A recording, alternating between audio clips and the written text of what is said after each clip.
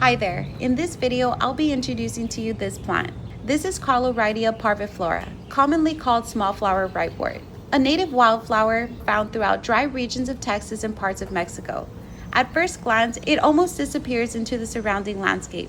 But despite its delicate appearance, this plant is incredibly adapted to intense heat and dry conditions. It grows with thin branching stems and narrow leaves that blend softly into the surrounding vegetation. The flowers are small and subtle, usually white to pale lavender, opening gently around soft, pale yellow anthers in the center. They may not immediately demand your attention, but once the plant begins blooming, it quietly becomes a gathering place for insects and pollinators moving throughout habitats.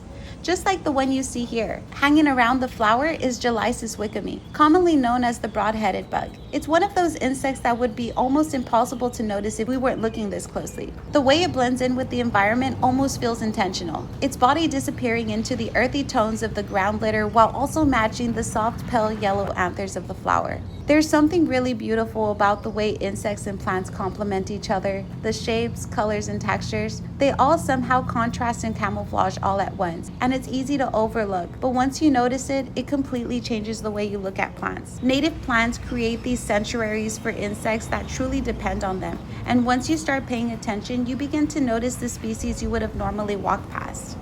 It's moments like this that remind me how much native plants quietly support. So maybe consider adding one of these plants to your garden as your next native plant friend, and take a moment to see who drops by, who visits, and maybe you'll see a Gelaisis wickami just like me, or a unique insect of your own that you personally haven't seen before.